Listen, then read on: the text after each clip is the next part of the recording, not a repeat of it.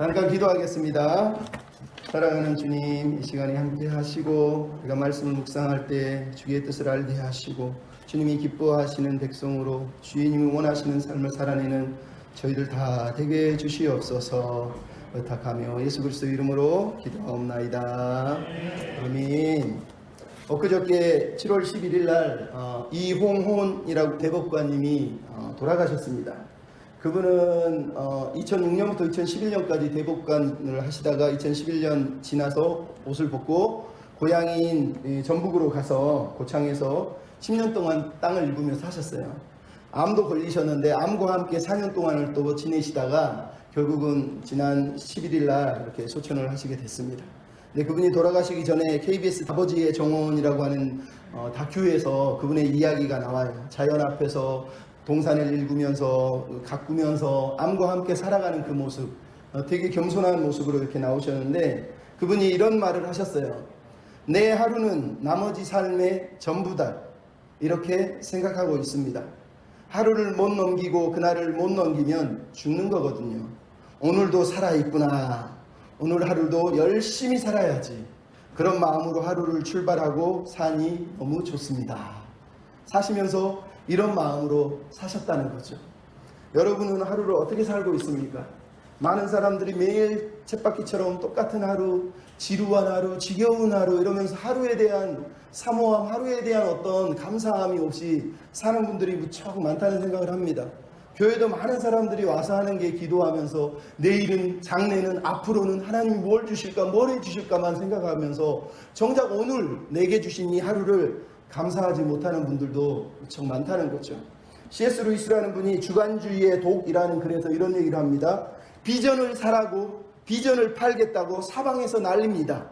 하지만 저는 하루하루 정당한 소득을 위해 일할 사람, 뇌물을 거절할 사람, 없는 사실을 지어내지 않을 사람, 자기 일에 숙달된 사람이 아쉽습니다. 이런 글을 썼습니다. 여러분, 저는 이게 하나님의 마음이 아닐까 생각합니다. 세상은, 교회는 매일 비전을 사라, 비전을 팔아주겠다, 여기 오면 비전을 주겠다고 소리 지르지만 하나님은 정작 오늘 하루, 내게 준 이 하루에서 최선을 다하고 성실하게 오늘 하루를 살아내는 그 사람을, 예배자를 찾고 있다는 걸 잊어버리면 안 된다는 거죠. 우리가 아는 19세기의 유명한 시인 중 엘리자베스 브라우닝이라고 하는 시인이 있어요. 이 시인이 어느 날 이 빈민가를 돌아다니면서 자기가 어떻게 하면 이제 앞으로 문학을 쓸까 이렇게 고민을 하면서 빈민가를 돌아다니게 됐어요. 근데 그 빈민가가 하필이면 탄광촌이 있는 곳이에요. 사람들이 탄광촌을 향해서 걸어가는데 얼굴이 막 죽상이 돼가지고 너무너무 어두운 얼굴로 탄광촌을 향해서 일하러 하루를 출발하더라는 거예요. 브라우닝이 그것을 보면서 야, 저렇게 살면 어떻게 살 수가 있을까? 어떻게 저런 모습으로 저런 마음으로 하루를 살아낼까? 너무 근심이 되더라는 거예요. 근데 어느 날은 가만히 보니까 어떤 소녀가 탄광촌에 일을 하러 가는데 얼굴에 막 미소를 띠고 막 노래를 부르면서 가는 거예요. 이상하다, 쟤는 뭔가 정신이 나갔나? 그 다음날을 보니까 그 다음날도 또 웃으면서 가더라는 거예요. 그 다음날도 또 웃으면서 노래를 하며 가더라는 거예요. 그래서 저 아이는 다르네? 무슨 노래지? 하고 가만히 가서 귀를 기울였더니 이렇게 노래합니다. 한 해는 봄부터 시작됩니다. 하루는 아침부터 시작합니다. 아침은 7시부터 시작합니다. 언덕의 이슬은 진주처럼 빛나고 하나님은 분명히 계시니 이 세상 일은 오늘도 분명히 잘 될 것입니다. 라면서 노래하며 가더라는 거예요. 말 그대로 이 소녀만 이 하루가 얼마나 소중한 하루인지, 이 하루가 얼마나 귀한 하루인지, 얼마나 신나는 하루인지를 느끼면서 일하러 가더라는 거예요. 이런 여러 가지 모습을 보고 나중에 브라우닝이 시를 하나 씁니다. 시의 내용은 이랬습니다. 이 땅은 하늘로 가득 채워져 있고 모든 평범한 숲풀들이 하나님으로부터 불타오른다. 그러나 오직 볼 수 있는 자들만이 그 신을 벗을 것이다. 그렇지 못한 자들은 그 주변에 서서 잡초만 쥐어 뜯을 것이라는 거예요. 여러분, 브라우닝은 지금 모세 이야기를 이 세상 이야기에 빗대서 말하는 거예요. 이 세상은 하나님의 광채로 불이 막 벌벌 타오르고 있는데 하나님을 오늘 경험한 사람들은 거기서 신을 벗고 하나님 앞에 예배할 텐데 수많은 사람들이 그 하루에 하나님을 보지 못하니까 잡초만 뜯고 있다는 거예요. 하나님을 쳐다보지를 못한다는 거예요. 여러분은 어떻게 하루를 보내고 있습니까? 아 지겨워, 매일 똑같아, 아우 지겨워 못 살겠어, 좀 빨리 내 꿈이 이루어지고 내 비전이 이루어져서 이 지겨운 시간이 다 사라졌으면 좋겠다, 왜 이렇게 아픈 거야, 매일 힘든 거야 이러면서 여러분 살고 있는 거 아닙니까? 하나님은 오늘 하루 여기서 신을 벗고 하나님을 바라보고 예배하는 사람을 찾고 계시는 거예요. 여러분 우리가 읽은 이사야 38장 39장의 이 얘기가 그 얘기라고 말씀드렸잖아요. 인간의 소망을 내려놓고 하나님만 바라보는 히스기야를 보면서 우리도 히스기야처럼 하나님을 향한 믿음을 가져야 된다는 거예요. 근데 히스기야에게 주신 하나님의 말씀이 단순히 히스기야 한 사람의 얘기가 아니라 너와 이 성읍을 내가 보호하리라고 하는 하나님의 이스라엘의 운명, 하나님의 백성의 운명에 대해서 말씀하시면서 히스기야를 치료해 주셨다라고 우리가 지난주에 배웠단 말이에요. 오늘 이제 9절부터 10절의 내용은 바로 이런 관점에서 마지막으로 히스기야가 드리고 있는 이 기도가, 이 시가 이사야서 전반부라고 말하는 이사야 1장부터 39장의 마지막을 장식하고 있다는 건 엄청난 의미를 담고 있는 거예요. 이 내용은 무슨 내용입니까? 9절부터 20절의 내용은 히스기야가 병들었을 때 드린 기도와 병이 나은 후에 드린 기도를 통해서 하나님 앞에서 살아있음에 감사하며 산자가 드리고 있는 산자의 고백을 지금 우리에게 들려주고 있단 말이에요. 11절에 보면 산자의 땅에서 죽으면 하나님을 절대로 배웁지 못한다고 얘기합니다. 19절은 내가 산자의 땅에서는 살아서 하나님께 감사하겠다고 말합니다. 우리는 살아있다면 산자는 산자의 땅에서 감사하고 하루를 살아야 된다고 사실은 말하는 거예요. 이스라엘 공동체에게 말하는 겁니다. 매일 우상을 섬기고 하나님의 죄의 심판을 받다가 그저 죽어버리면 그 인생이 얼마나 비참하냐는 거예요. 하지만 하나님을 의지하면 새로운 생명을 받아서 하나님을 바라보고 산다면 그 인생은 복된 인생이 될 거라는 거예요. 여러분 히스기야의 기도는 지금 우리에게 부활을 믿지 말라고 말하는 게 아니에요. 기독교는 부활의 종교고 죽음은 이길 종교지만 동시에 기독교는 생명의 종교고 오늘 하루라고 하는 실제적이고 현실적인 종교란 말이에요. 이 현실을 뜨겁게 하나님 앞에 살아낸 사람들이 결국은 이 땅 가운데 복음을 전하고 학교를 세우고 교회를 세우고 병원을 세운 거예요. 오늘 하루가 하나님 보시기엔 너무 귀한 거예요. 나는 빨리 죽어서 천국 가겠다는 그 믿음만 하나님이 귀하게 여기는 게 아니라 오늘 이 하루를 천국으로 살듯이 진실하고 뜨겁게 천국을 구현하며 사는 사람을 하나님은 찾고 계시다니까요. 우리는 죽기 위해 사는 게 아니에요. 여기서 천국을 살아내며 영원한 천국을 기대하면서 오늘을 천국을 살아나는 것, 그게 하나님이 원하시는 거라니까요. 천국을 등한시하며 사는 것도 문제지만 산자의 땅에 살고 있으면서도 오늘 하루가 얼마나 소중한지를 우습게 여기고 나는 죽어서 천국 가고 싶어, 빨리 천국 가고 싶어, 이것만 외치면서 오늘 지금 내게 주신 이 하루를 외면하는 사람들이 문제라는 거예요. 지금 히스기야의 기도는 그가 부활의 신앙이 없는 것 같아 라고 치부하고 넘어갈 문제가 아니라 지금 이사야서가 우리에게 강조하는 거예요. 지금 살아있는 동안 하나님의 은혜 안에서 가장 행복하고 복된 하루를 산자의 땅에서 살아내는 삶, 하나님이 그걸 원하신다는 거예요. 하나님을 의지하고 하나님을 섬기고 세상을 향하여서 하나님의 사랑을 증거하는 하루를 하나님의 영광을 드러내는 삶을 하나님이 살기를 원한다고 히스기야의 기도를 통해서 우리에게 말씀하는 거예요. 이스라엘 백성이 망한 이유는 이것을 몰라서 망한 거예요. 자들에게 하나님이 주신 그 하루라는 선물을 잊어버리고 우상을 쫓아가고 세상을 쫓아가고 재물을 쫓아가다가 결국은 망한 거 아닙니까?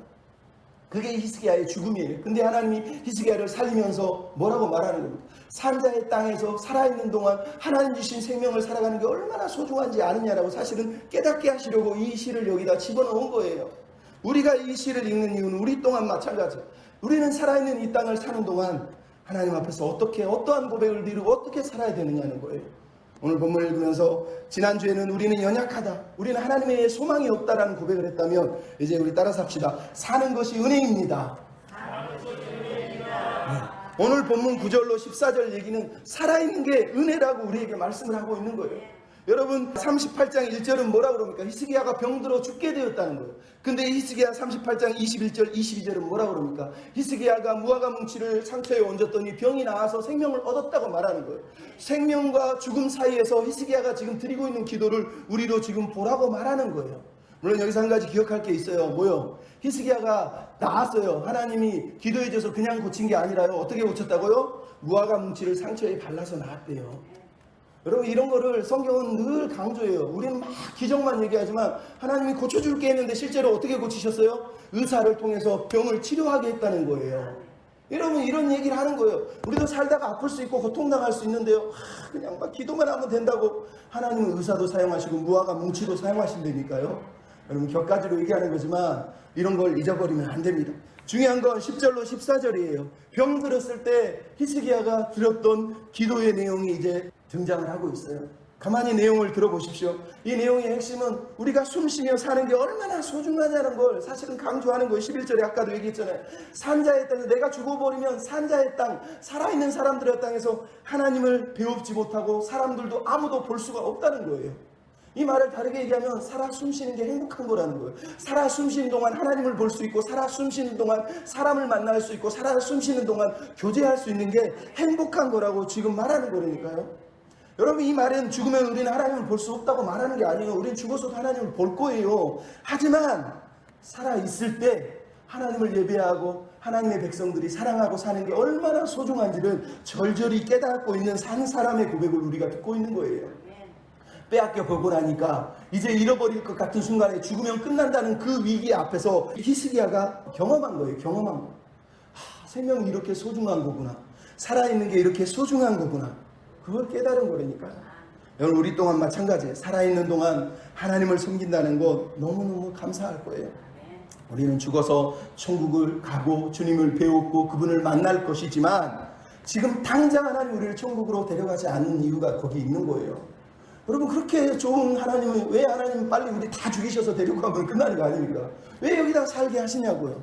여기서 숨을 쉬는 동안 하나님을 예배하고 이웃을 섬기면서 하나님의 영광을 드러내라고 우리를 이 땅에 놓으신 거라는 걸 잊으면 안 돼요. 하나님이 내 숨이 붙어있는 한 하나님 앞에 데려갈 때까지는 내가 여기서 숨이 쉬는 동안은 하나님을 예배해야 되는 거고 이웃을 섬겨야 되는 거예요. 어떤 분이 그래서 책을 썼어요. 책 제목이 뭐냐? 천국만이 내 집은 아닙니다. 여러분 이걸 잊어버리면 안 돼요. 이 땅에서 하나님의 나라를 구하고 하나님의 뜻을 구하며 사는 게 우리에게 주어진 사명이에요. 사명. 주기도문 우리가 왜 기도합니까? 아버지의 뜻이 하늘에서 같이 땅에서도 이루어지기를 우리가 기도하는 게 그 이유예요. 하늘에서만 이루어지면 우리 천국 가면 끝나지만 하나님은 이 땅에서 하나님의 나라가 이루어지는 것을 산자의 눈으로 묵도하며 살기를 하나님 우리에게 소망하시는 거예요. 여러분 그래서 12절 13절을 보십시오. 하나님이 죽음으로 자기를 죽이려 할 때 죽음이 침략해 닿았을 때 자기 인생을 보면서 이렇게 얘기하잖아요. 갑자기 자기 거처에 목자가 장막을 쳤는데 장막을 갑자기 하나님이 걷어가 버렸다는 거예요. 갑자기 자기가 직공이 배를 짜고 있는데 하나님이 와서 직공이 배를 다 말았더니 가위로 쑥 하고 싹둑 잘라버렸다는 거예요. 마치 어느 날 갑자기 조속간에 하나님이 오셔서 자기 인생을 가위로 쑥 잘라버렸다는 거예요. 그게 죽음이라는 거예요. 그렇게 죽음이 두려웠다는 거예요. 그래서 히스기야가 뭐라고 그럽니까? 내가 제비처럼 학처럼 비둘기처럼 슬피 웁니다. 이게 슬픔이 얼마나 고조된지 아세요? 제비가 우는 소리 얼마나 작습니까? 학은 또 조금 크겠죠. 근데 비둘기는 구구구구구구구구구구 얼마나 시끄럽습니까? 지금 이 얘기하는 거예요. 제비로 시작했다가 비둘기처럼 막 울면서 서럽게 통곡하고 울고 있는 한 사람이에요. 왜? 죽음이란 그런 거라는 거예요. 하나님이 생명을 걷어가는 그 순간 나는 끝난다는 거예요. 그래서 14절 마지막에 기도하는 내용이 뭡니까? 여호와여 나의 중보가 되어 주십시오.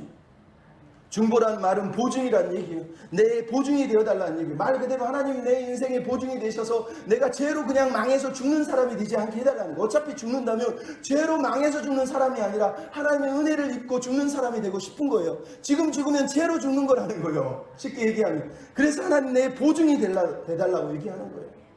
여러분 이 기도의 내용이 우리가 어디서 한번 들어봤습니까? 욥이라고 하는 사람이 그런 기도에 이런 게 나와요.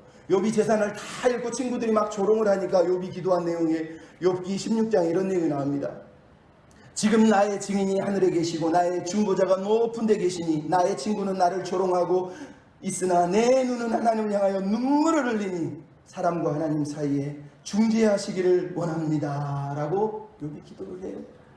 여러분 그냥 모든 걸 다 잃고 남들이 조롱하는 죄 가운데 죽는 그것을 아파하고 있는 거예요. 히스기야도 마찬가지예요. 그 삶으로 살 수가 없어요.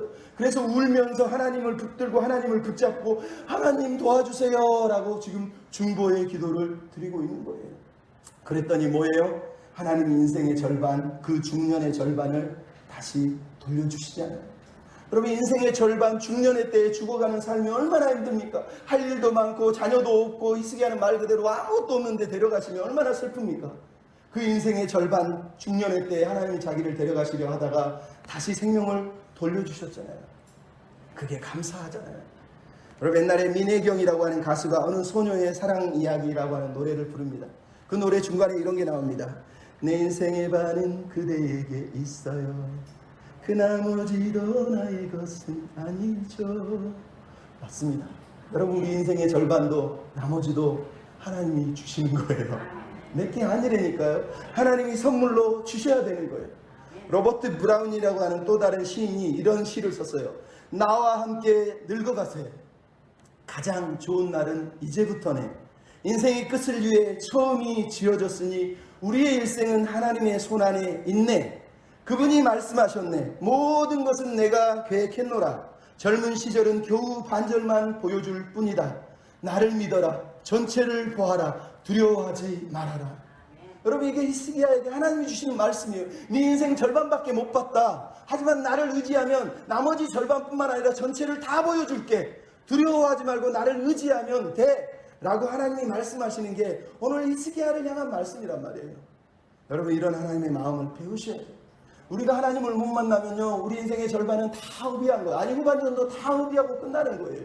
하지만 하나님을 만나면 하나님 앞에 눈물로 회개하며 나아가면 우리 영혼의 독소를 다 제하시고 새로운 삶을 허락하시는 거예요. 여러분, 제가 저번에 얘기했던 박효진 장로님이라고 하는 분이 계세요. 부산 교도소에 있다가 나중에 청송감호소에서 일을 하게 되는데, 이분은 날라리 집사라고 그래요. 그래서 9년 동안 교회 다니고 헌금하고 11조하고 별의별 짓을 다 했는데 하나님을 안 믿었어요. 그리고 청송교무소가 어디입니까? 이 세상에서 가장 흉악한 사람들만 모여있는 곳이. 그러니까 가서 매일마다 말 안 들으면 말 듣게 해야 되잖아요. 그러니까 지나가다가 갱생 그러면서 자기들은 갱생하겠다고 제사장이 소리를 지르는데, 소리를 안 지르면 쫓아가서 몽둥이로 막 때리는 거예요. 그리고 뭔가 흉악한 범죄에 대한 무섭다는 게 뭐냐면, 어떤 사람은 자기 바늘로 자기 눈을 꼬맸다는 거예요. 어떤 사람은 입을 꼬매더라는 거예요. 자기 보는 눈앞에서. 어떤 사람은 유리로 배를 가르더라는 거예요. 이렇게 험악한 사람들을 관리하다 보니까 이 사람이 사람을 데려다가 몽둥이로 패고 폭행을 하고 욕을 하고 수많은 나쁜 짓을 다 하는 거예요. 그 감옥에서. 그러다 보니까 교회는 다니는데 마음에는 영혼이 썩어가는 거예요. 어느 날은 집에 갔는데 부인은 하나님 믿고 사는데 자기 인생이 너무 허무하더라. 밖에 나가서 또 술 먹고 담배 피고 매일 술 먹고 담배 피고 그러고 집에 들어오는 거예요. 근데 우연히 어느 날 그 주변에서 이덕진이라고 하는 어떤 집사님이 아주 믿음이 좋다고 해서 그분을 모셔다가 예배를 드리게 돼요. 싫다고 그러다가 어쩔 수 없이 예배를 드리는데, 그 집사님 와서 예배를 드리는데 이 사람이 이제 자기는 나름 교회는 다니니까 나는 저 사람한테 지면 안 되는데 이런 생각이 들었다는 거예요. 예배를 드는데 그 집사님이 자기를 째려보더라는 거예요. 그래서 왜 그렇게 쳐다봅니까? 그랬더니 그냥 계속 보더라는 거예요. 그러면서 얘기하더라는 거예요. 혹시 집사님 성경 압니까? 네. 뭘 얘기하냐면 고린도서 3장 16절을 얘기하더라는 거예요. 그게 뭐예요? 집사님 담배 피시고 술 먹고 매일마다 그렇게 살잖아요. 예, 담배 피고 술 먹는 게 뭐가 잘못됐습니까? 성경에 담배 피고 술 먹는다고 죄라고 하는 게 어디 있습니까? 어디 본 적이 있습니까? 나한테 대보고 가르쳐 주십시오. 그게 고린도후서 3장 16, 전도 3장 16절이다. 그랬더니 너희가 하나님의 성전이고 하나님의 성령이 너희 안에 계신 걸 알지 못하느냐. 웃기고 내 또 거룩한 얘기하고 또 성전 얘기하려고 웃기고 있네 그러다는 거예요. 근데 이분이 그러더라는 거예요. 집사님, 불교 다니는 사람도 불교에 가서 절을 한번 하려면 그 전날부터 부부관계도 안 하고 목욕도가 아침에 일어나서 얼음물에 목욕까지 하면서 깨끗하게 씻고 가서 절을 한다. 임금 만나러 갈 때도 목욕 제기하고 다 갈아입고 간다. 근데 세상에 내 몸이 하나님의 성전이라고 그러는데 그 성전에 술 냄새 나고 오바이트하고 담배 굴뚝에서 담배가 계속 나오면 하나님이 기뻐하겠냐 생각 좀 해보라 그랬더니 가만히 들어보니까 이게 맞는 거예요. 아, 그렇구나, 내가 성전이구나 말은 생각은 나는데 에이 그래도 똑같은 얘기지. 그러고 그날 밤을 넘겼어요. 근데 그 다음날 교도소에 갔어요. 야, 담배 하나 줘. 부하한테 시켰어요. 담배를 딱 물었는데 담배가 이상해. 맛이 없어. 너 담배 이상해서 야, 나 담배 좀 줘봐. 또 담배를 피웠어요. 맛이 이상해요. 이상한데? 근데 그때부터 옆에 담배 피는데 담배 냄새가 너무 역겨운 거예요. 다른 방으로 가서 피했더니 잿더리에 담배 냄새가 막 올라오는 거예요. 으아! 막 토하려고 그래요. 그래서 사무실에 뛰쳐나가서 겨울인데 운동장에 앉아있어요. 앉아있는데 갑자기 자기도 모르게 눈에서 눈물이 쭉 떨어집니다. 이유를 알 수가 없는 눈물이 그냥 흘러내리는 거예요. 왜 우는 거지?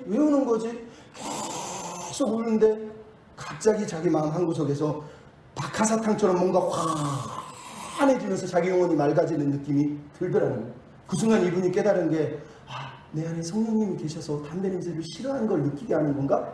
이런 생각이 들더라는 거예요. 기적 같은 일이죠, 사실은. 그래서 이 참을 수가 없는 눈물, 자기가 울고 싶어서 우는 게 아니라 계속 눈물을 흘리다가 결국은 눈물을 닦고 사무실에 딱 자기 방에 들어갔더니 하필이면 재소자 중에 어리버리한 사람이 와가지고 구두 닦기 하고 청소하는 사람인데 그날따라 그 친구를 맨날 욕하며 비웃었는데 너무 미안하더라고요. 그래서 얘 미안해 그러면서 사과를 했는데 그 친구가 왜 그러지 그러면서 가더래요. 가는데 그 모습이 너무 불쌍하더라는 거. 왜 죄를 지어가지고 여기 와가지고 나는 또 왜 저 사람을 괴롭혔지 그러면서 자기도 모르게 눈물이 또 계속 흘러더라는 거야. 숨기려고 직원들 안 보이게 하려고 이렇게 숨어서 지내는데 계속 눈물이 커지고 목소리가 커지는 거예요. 사람들이 우니까 갑자기 놀려. 돌았나 미쳤나 그러면서 다 나가더라는 거예요. 거기서 막 계속 우는 거예요. 그렇게 한참 우는데 사람들이 웅성웅성하는데 울다 갑자기 자기 입으로 하나님하고 하나님을 찾게 됐다는 거예요.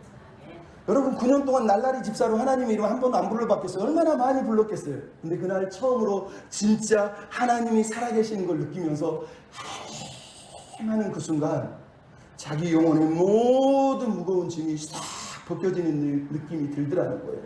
그러면서 그 자리에서 울면서 하나님 살아계셨군요. 그렇게 고백을 하면서 하나님 나를 살려주셔서 감사합니다 고백을 했다는 거예요.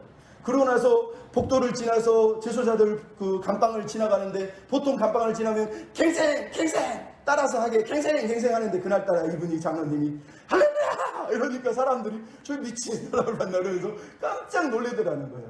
근데 이분이 마지막에 글을 이렇게 썼어요. 누가 뭐래도 나는 좋았다. 나 같은 엉터리 집사의 눈을 열어주신 하나님, 아무 소망이 없어 살던 불쌍한 인생을 불러주신 하나님 고맙습니다. 정말 고맙습니다. 이렇게 살려주셨으니 그 빛을 갖고 살겠습니다. 이렇게 고백을 하더라고요. 여러분 인생의 반을 날라리 집사로 살면서도 하나님을 못 만났지만 그 눈물 가운데 하나님이 살아계심을 경험하니까 나머지 인생은 얼마나 귀하게 하나님이 사용하십니까? 우리 또한 마찬가지예요. 하나님이 살아계시는 걸 이 사는 동안 경험하고 그 하나님을 증거하는 사람으로 살아내야 되는 것이에요. 두 번째 따라 합시다. 말씀을 따라 살겠습니다. 말씀을 따라 살겠다는 결단을 해요. 여러분 15절부터 16절 이야기를 가만히 보십시오. 지금 니에미아가 이제 병이 나은 후에 드리는 기도예요. 그 기도 속에 뭐라 그럽니까? 주님이 말씀하셨고 주님이 이루셨사오니 내가 무슨 말을 하겠습니까? 내 영혼이 정신토록 방황하리이다. 이게 웃긴 거예요. 히브리 성경은 방황하리이다가 아니라 히브리어 다다라는 뜻은 가끈히, 옛날 성경을 해서 가끈히 행하리이다라고 번역이 되어 있어요. 가끈히 행한다는 말은 조심히 천천히 걸어가면서 천천히 행한다는 뜻이에요. 그동안은 내 마음대로 살았지만 이제는 늘 조심하면서 발걸음을 주의하고 사려있게 행동하고 천천히 걸어가면서 죽을 때까지 하나님의 뜻을 따라서 걸어가겠습니다 라는 뜻이에요. 이 단어가 가끈히 행한다는 뜻을. 그래서 옛날 성경은 가끈이라고 썼는데 지금 성경은 방황이라고 써놓으니까 이게 무슨 말인지 이해할 수가 없어요. 하나님 나를 살려주셔서 말씀대로 고쳐주셔서 내가 이제는 하나님의 뜻대로 매일매일 신중하게 살겠다는 거예요. 그동안에 하루하루를 막 대강 살았다면 이제는 하루하루를 천천히 신중하게 조심스럽게 걸으면서 하루하루를 소중하게 여기며 살겠다고 지금 고백하고 있는 거예요. 그러면서 16절에 얘기하죠. 주여 사람이 사는 것이 이에 있고 심령의 생명도 온전히 거기에 있사오니. 이에 있고 거기에 있고 이게 무슨 말입니까? 이에 있고 거기에 있다는 게 말 그대로예요. 하나님 그동안 고통 많은 세상을 살면서도 무슨 뜻인지 몰랐는데 이제는 하나님의 말씀을 듣고 나니 거기에 하나님의 뜻이 있고 매일매일 하루하루를 소중하게 여기고 사는 게 복이라는 걸 깨달았다는 거예요. 그래서 이제는 말씀대로 나를 살려주신 그 하나님이 계획이 있을 거니까 그 말씀을 따라서 내가 이제 살겠습니다라고 하는 고백이란 말이에요. 옛날에는 사람이 떡으로 사는 줄 알았는데 이제는 말씀으로 살아야 된다는 걸 히스기야가 지금 깨닫고 있는 거예요. 그래서 16절 마지막에 나를 치료하시고 살려주십시오라고 기도를 하고 있어요. 이 말은 미완료예요. 히브리어로 보면 나를 강하게 만들어주시고 나를 살게 만들어주실 것입니다 라는 뜻이에요. 살려주세요라고 얘기하는 게 아니라 하나님 당신 때문에 나는 강해질 거고 하나님 당신 때문에 나는 앞으로 살아갈 것입니다 라고 하는 뜻이란 말이에요. 이제는 히스기야가 자신의 건강과 생명 연장 모든 것을 하나님의 은혜의 역사로 받아들이고 하나님 앞에 자기 삶을 올려드리겠다고 고백을 하고 있는 거예요. 여러분 하나님을 만나면 하나님 말씀대로 살 수밖에 없잖아요. 넘어질 수는 있어요. 하지만 그래도 다시 말씀을 붙들고 있는 히스기야를 우리가 보고 있는 겁니다. 세 번째 따라합시다. 내 영혼은 안전합니다. 말 그대로 주님 안에서 우리 영혼은 안전하다는 거예요. 여러분, 하나님을 만났더니 17절에 뭐라 그럽니까? 주님이 고통을 더하신 것은 내게 평안을 주려고 하심이라. 평안이 뭡니까? 고통이 없는 행복한 세상을 말하고 있는 이 말에서 고통이 없다는 말은 말 그대로 고난이 없다는 얘기를 하는 게 아니라 고난을 통해서 하나님의 목적을 이루신 걸 경험해서 누리는 평안이에요.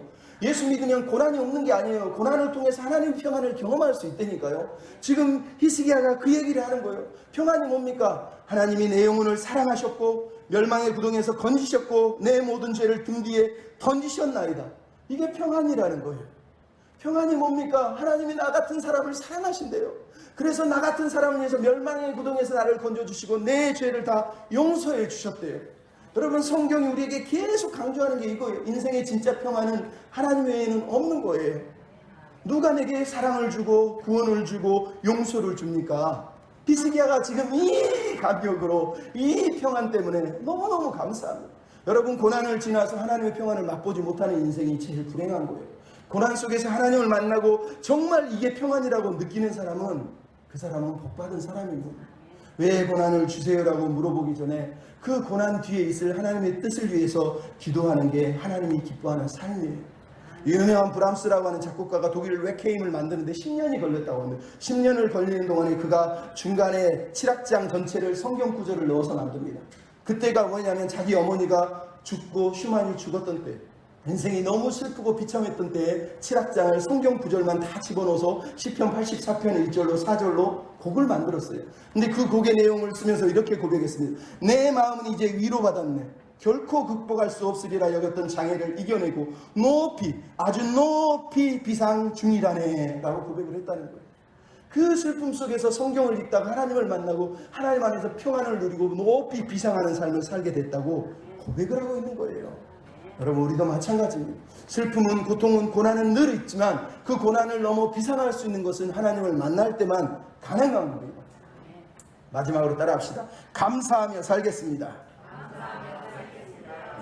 오늘 18절로 20절을 가만히 읽어보십시오. 산자의 행복, 살아있는 자가 얼마나 행복한지 감사의 언어들이 막 절절절절 묻어나고 있지 않습니까? 죽음의 문턱까지 갔다가 돌아온 사람이에요. 남은 생의 절반을 다시 돌려받은 사람이에요. 그 사람이 드리는 첫 번째 고백이 18절에 나오죠. 어떻게 감사합니까? 찬양으로 감사하겠다는 거예요. 수월에서는, 죽음에서는, 구덩이에 들어간 자는 주를 찬양하지 못한다는 거예요. 주의 신실하심도 맛볼 수 없다는 거예요. 말 그대로 살아있는 사람은 뭘 한다고요? 찬양할 수 있고 주의 신실하심을 맛볼 수 있다는 거예요. 내가 살아있다면 해야 될 게 뭐예요? 찬양한다는 거예요. 죽으면 찬양할 수가 없어요. 뭐 우리는 천국 가면 찬양하죠. 그거는 죽어서 갈 일이고요. 죽어봐야 하는 일이고요. 살아있을 때 하나님은 찬양받기를 원하신다니까요. 성경이 말하잖아요. 나는 나의 찬송은 다른 자에게 주지 않겠다. 내가 너희를 지은 이유는 찬송을 받기 위함이라는 거예요. 하나님 우리에게 호흡을 주신 이유는 우리가 살아있는 동안 하나님을 찬양하기를 원하셔서 생명을 주신 거라니까요. 그래서 찬양해야 됩니다. 세상에 찬양할 이유가 없어요. 나는 찬양 못하겠어요. 교회 와서도 그런 사람을 보면 가슴이 미어지고 답답합니다. 왜 찬양을 못합니까? 내가 살아 숨쉬는 게 찬양해야 될 이유인데. 우리 지난주에 얘기했잖아요. 살아 숨을 쉬는 것 감사. 살아 숨을 쉬는 게 감사한 거예요. 생명 주신 게 감사해요. 어린 날부터 지금까지 지켜주신 게 감사해요. 은혜라면 왜 찬양을 못하겠어요? 찬양할 이유는 너무 많은 거예요. 그 중에 제일 중요한 게 산자, 살아있는 자, 숨을 쉬는 자, 호흡이 있는 자는 찬양하게 돼 있어요. 호흡이 있는데 찬양을 못하는 건 내가 영으로 죽어있다는 얘기겠죠. 여러분, 그렇게 살아서야 되겠습니까? 여러분, 그러면서 뭐라 그러는 거예요? 두 번째 하는 얘기가 삶으로 감사하겠다라고 19절에 얘기하는 내용 속에, 산자는 어떻게 한다고요? 산자는 주께 감사하고 산자는 자녀들에게 하나님의 신실하심을 전하는 것이다 얘기합니다. 여러분, 이게 무슨 말이에요? 삶으로 감사하겠다. 사는 동안 주님을 전하고 주께 감사하고 사는 동안 자녀들에게 이 하나님을 증거하는 게 우리가 할 일이라고 얘기하는 거예요. 여러분, 살아있는 동안 우리가 할 건 영광을 취하는 게 아니라 주님께 감사하는 거예요. 감사합니다. 하나님 감사합니다. 감사합니다. 아까 박효진 그 집사님처럼 하나님을 만난 자는 감사하지 않을 수가 없지 않습니까? 부모의 사명이에요. 부모의 사명은 감사하고 자녀들에게 그 감사에 신실하신 하나님을 전해주는 거예요. 이 말을 오해하면 안 돼요. 여러분, 히스기야가 아무리 믿음이 좋았지만 그 아들 므낫세는 하나님을 믿지 않았어요. 망나니가 됐어요. 히스기야가 잘못했을까요? 아니요. 그것은 자녀의 몫이에요. 부모가 할 일은 주의 신실하심을 증거하는 것이지 아들에게 자녀에게 믿음을 만들어주는 게 아니에요. 믿음은 못 만들어줘요. 믿음은 자기 것이에요. 내가 하나님을 만나고 내게 믿음을 가져야지 부모가 아무리 믿음이 좋다고 자녀가 믿음이 생기는 건 아니에요. 하지만 부모는 신실한 하나님을 향한 마음을 놓지 않고 계속 기도하면서 하나님 앞에 감사하며 서 있어야 되는 거예요. 그럴 때 하나님이 은혜를 부어주시는 거예요. 여러분, 우리가 진정한 믿음의 부모라면 비록 자녀가 아직도 안 돌아다녔잖아요. 그럼에도 불구하고 신실하신 하나님께 감사하면서 매일 삶을 감사로 보여준다면 자녀가 안 바뀌겠습니까? 저분은 왜 그럴까? 아니, 감옥의 재소자들도 바뀌는데 왜 멀쩡한 인간이 안 바뀌냐고요. 나아가서 20절은 뭐라 그럽니까? 날마다 구원의 은혜에 감사하며 살겠다. 날마다 감사해요. 찬송으로 감사하고 삶으로 감사하고 날마다 감사한다는 거예요. 여러분, 20절에 여호와께서 나를 구원하시리니 라고 돼 있어요. 이걸 히브리어를 직역을 하면 하나님은 나를 구원하시기 위해 늘 가까이 계시다는 뜻이에요. 하나님은 늘 내 옆에서 나를 구원하시기 위해 옆에 대기하고 계시다는 뜻이라니까요. 이 말을 돌려 얘기하면 우리는 늘 구원을 받아야 된대. 매일 구원을 경험해야 돼. 날마다 내가 구원받은 걸 감사하고 찬양하는 삶을 살아야 된다는 거예요. 눈을 뜨면 다시 한번 오늘도 내가 구원받았지, 하나님 오늘도 나에게 구원을 주셨지라고 감사하는 삶을 살아야 된다는 얘기를 하는 거예요. 왜? 하나님은 늘 내 옆에서 구원의 선물을 주시고 또 주시고 늘 가까이 계셔서 또 주신다는 거예요. 그래서 시편 73편에 뭐라고 그럽니까? 하늘에서도 주밖에 나의 신뢰할 자 없고 땅에서도 주밖에 나의 사모할 리가 없나이다. 하나님께 가까이 함이 내게 복이라. 내가 여호와를 피난처로 삼아 내 모든 행적을 주의 행적을 전파하리이다. 그러면 인생의 최고의 복이 여기라니까요. 하나님이 가까이 하는 게 복이에요. 하나님이 가까이 하면 하나님이 내 곁에서 매일마다 주시는 선물, 구원의 선물, 은혜의 선물, 하루하루 허락하신 선물들을 감사하지 않을 수가 없잖아요. 눈을 떠서 여러분 뭐합니까? 아이씨, 또 해 떴네, 일어나기 싫어, 이러면 끝나는 거예요. 눈을 딱 뜨자마자 호흡을 주셔서 감사합니다. 눈을 뜨게 해주셔서 감사합니다. 하나님, 나 같은 사람을 구원해 주셔서 감사합니다. 그러면 인생이 조금씩 더 달라지지 않겠습니까? 이 평범한 삶 속에서도 하나님을 보고 신발을 벗는 사람이 있는 거예요. 지금 히스기야가 그러잖아요. 종신토록 노래하리라. 종신이 뭔지 아시죠? 영원토록 죽을 때까지 하나님을 노래하고 살겠습니다. 이게 결단이에요, 결단. 그렇게 살았는지는 모르지만 그렇게 살겠다고 말하는 거예요. 우리도 고백해야 돼. 날마다 날 구원하신 하나님, 내가 노래하고 감사하며 살겠습니다. 내 평생 사는 동안 주 찬양하리. 여호와 하나님 내 주를 찬양하리. 주님을 묵상함이 즐겁도다. 얼마나 좋습니까? 저를 고백할 수 있는 이 막 내 평생 이렇게 노래하고 싶어요, 이런 마음이 여러분 있다면 우리는 행복한 사람이에요. 여러분, 그 마음이 없다면 여러분은 예수를 믿지만 불행한 사람이에요. 좀 죄송하죠. 여러분, 박효진 장로님 이야기를 하나 더 할게요. 하나님을 믿고 나서 제소자 중에 정과 육범이 있는데 영호라고 하는 사람이 있었어요. 이 사람은 정과 육범의 사기꾼의 악질의 독종의 완전히 나쁜 인간이에요. 처음에 올 때부터 막 눈을 부라리며 막 제소자가 막 교도관하고 싸우니까 하나님을 믿기 전에는 얼마나 박효진 장녀가 장로님이죠. 그 당시 장로님이 유명했는지 별명이 지옥에서 온 박주임, 지옥에서 온 박주임. 사람을 몽둥이로 얼마나 많이 때려잡아서 거의 죽을 뻔 반패 죽일 때까지 때렸다는 거예요. 어느 날은 가만히 제소자 옆을 가는데 용호라고 하는 정과 육범이 보통 갱생 그러는데 아무 대답을 방에서 안 하더라고요. 딱 들어가서 봤더니 자기를 째려보고 있더라고요. 둘이 눈싸움이 시작된 거. 야, 갱생해라. 안 하니까 또 데려다가 두드려 패고 또 독방에다. 근데 이 사람이 뭘 했냐면 감옥에서 담배를 몰래 들어오는, 그래서 담배를 파는 사람이 된 거예요. 이게 들킨 거예요. 그러니까 그동안에는 담배 파는 사람이 없었는데 아마 최초로 담배를 팔았네요. 그래서 이 사람을 데려다가 또 훨씬 두드려 패가지고 2개월 동안 독방에 가둬버린 거예요. 근데 하나님을 믿고 나니까 하나님을 만났잖아요, 이 박효진 장로님.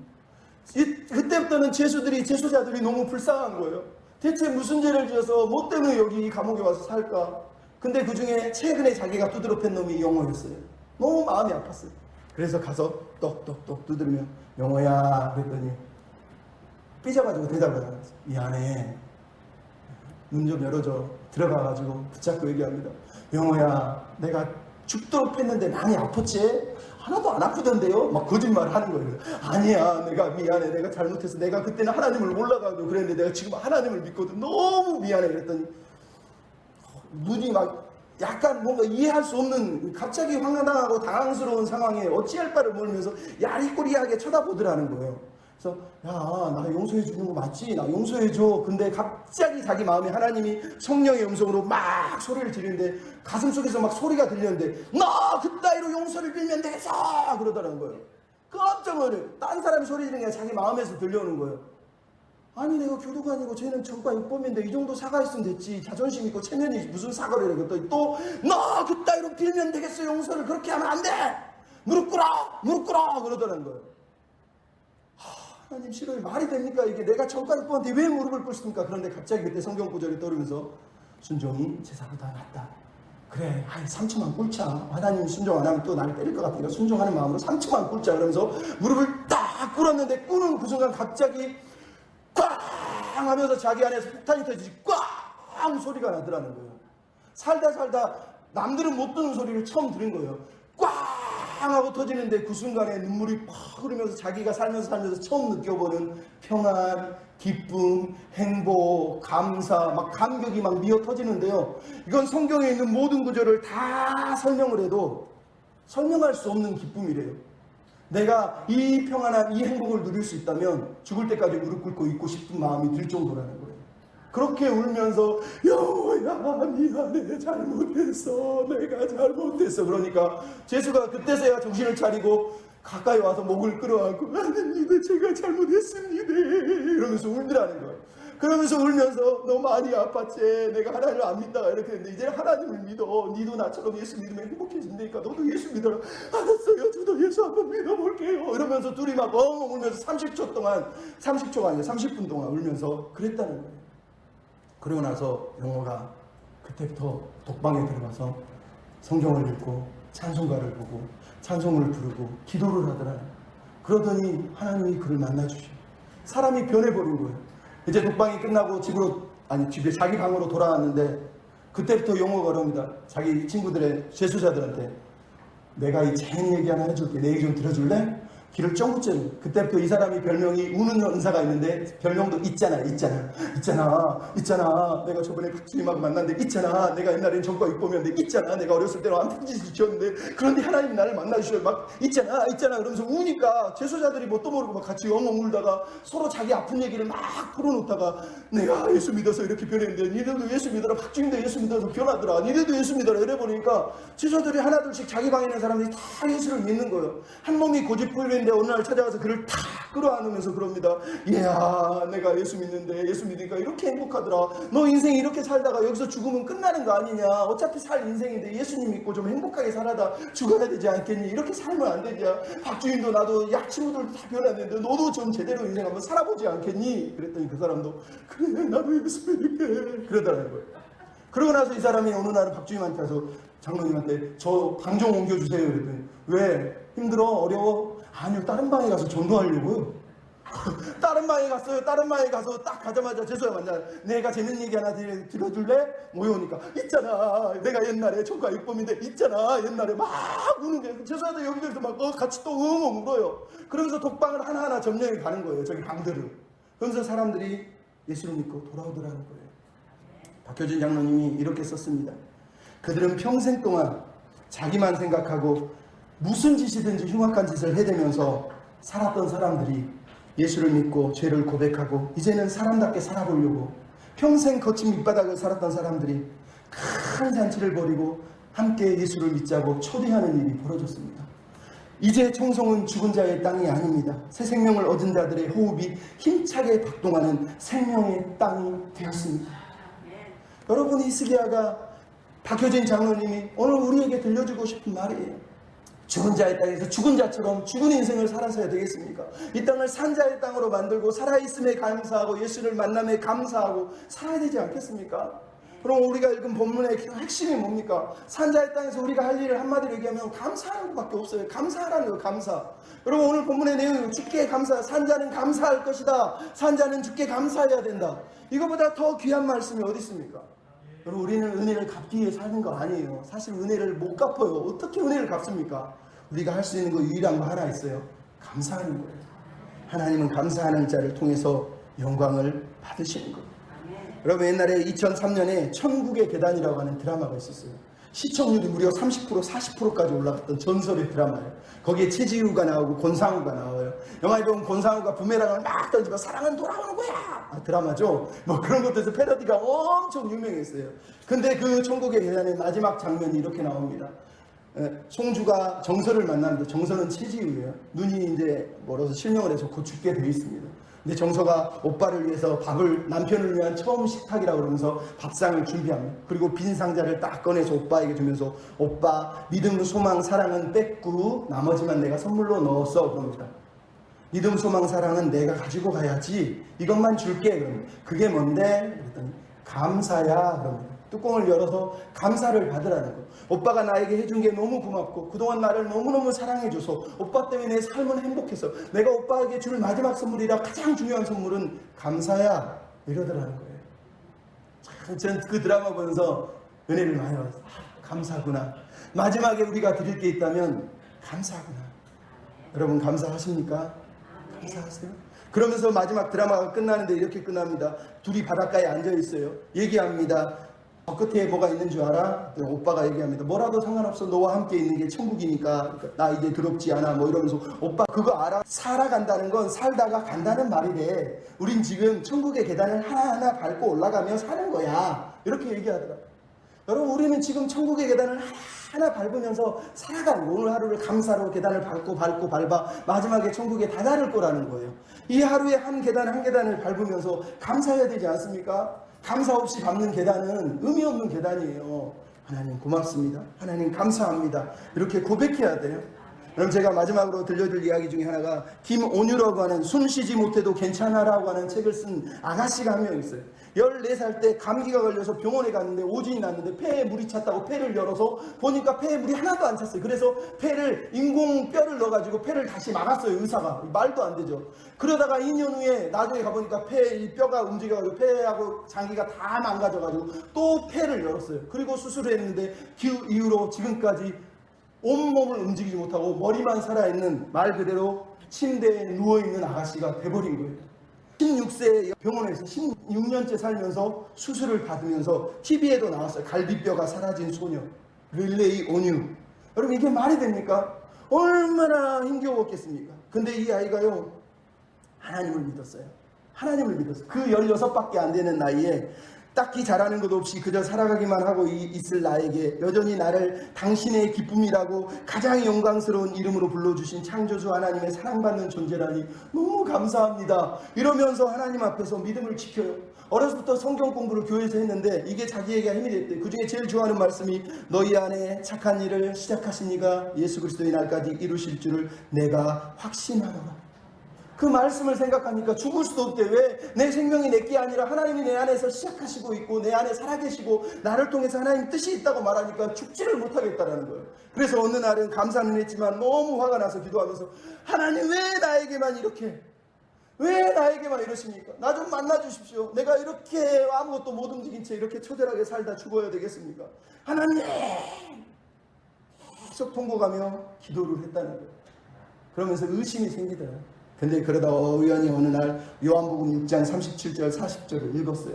아버지께서 나에게 주시는 사람은 다 내게로 올 것이요 내게로 오는 사람은 물리치지 아니하리니 나를 보내신 이의 뜻은 내게 주신 사람을 하나도 잃어버리지 않고 마지막에 다시 살리는 것이에요. 근데 이게 응답이 됐어요. 무슨 응답? 하나님께서 자기를 찾아오셨다는 거예요. 하나님께서 자기를 선택했다는 거예요. 하나님께서 자기를 사랑해서 나 같은 사람을 살리려고 천국에서 오셔서 나를 찾으러 오셔서 나를 만나주셨다는 거예요.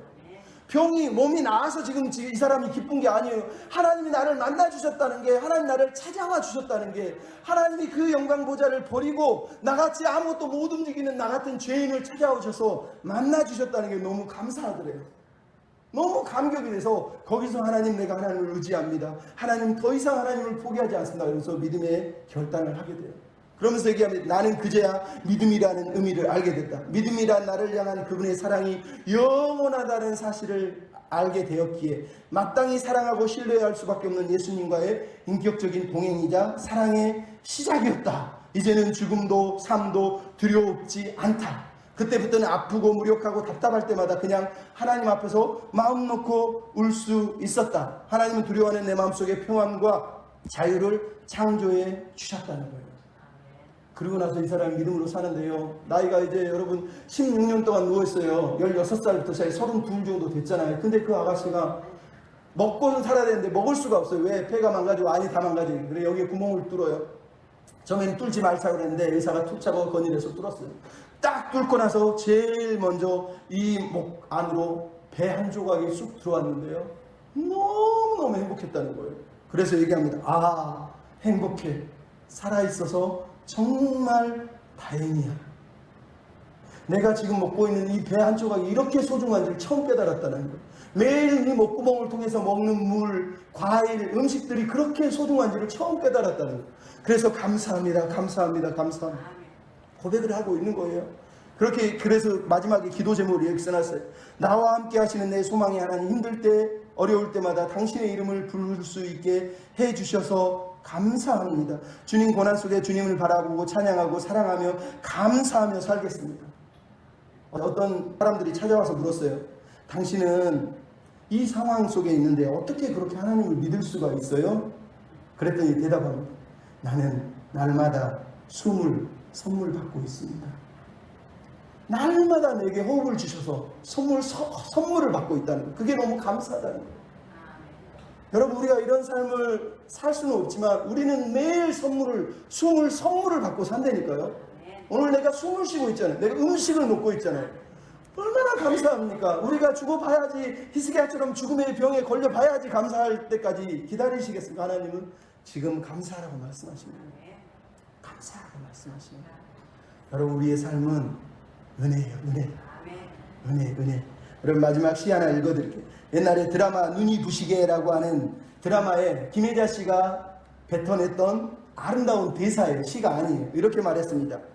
내 삶은 때때로 불행했고 때때로 행복했습니다. 삶이 한낱 꿈에 불과하다 하지만 그럼에도 살아서 좋았습니다. 새벽에 쨍한 차가운 공기, 꽃이 피기 전 부는 달콤한 바람, 해질 무렵 우려나는 노을의 냄새, 어느 하루 눈부시지 않은 날이 없었습니다. 지금 삶이 힘든 당신, 이 세상에 태어난 이상 당신은 이 모든 걸 매일 누릴 자격이 있습니다. 대단하지 않은 하루가 지나고 또 별거 아닌 하루가 온다 해도 인생은 살만한 가치가 있습니다. 후회만 가득한 과거와 불안하기만 한 미래 때문에 지금을 망치지 마세요. 오늘을 살아가세요. 눈이 부시게. 당신은 그럴 자격이 있습니다. 누군가의 엄마였고 누이였고 딸이었을, 그리고 나였을 그대에게. 여러분, 오늘 하루 대단하지 않아요. 그냥 평범하게 쑥 보내버릴 수 있는 하루예요. 하지만 이 하루를 눈부시게 살 수 있어요. 감사하면서. 호흡을 주셔서 감사합니다. 구원해 주셔서 감사합니다. 살아있게 해주셔서 감사합니다. 예배하게 해주셔서 감사합니다. 교회에 오게 해주셔서 감사합니다. 감사할 이유가 없습니까? 하루의 은혜가 넘쳐납니다. 하나님, 이 하루 은혜를 누리며 감사하며 살도록 도와주십시오. 그러니 마지막으로 기도하고 마쳤으면 좋겠습니다. 하루의 은혜가 찬양합니다. 아까 부른 찬양 같이 고백합시다. 하루의 은혜가, 하루의 은혜가 내 삶에 임하여, 내 삶에 임하여 문제가 위로가 되고 아픔이 사랑되어 하나님의 사랑 드러나게 하소서.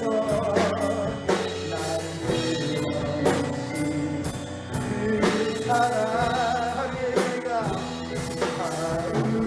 위하신 그 사랑, 이곳에 임하여 고난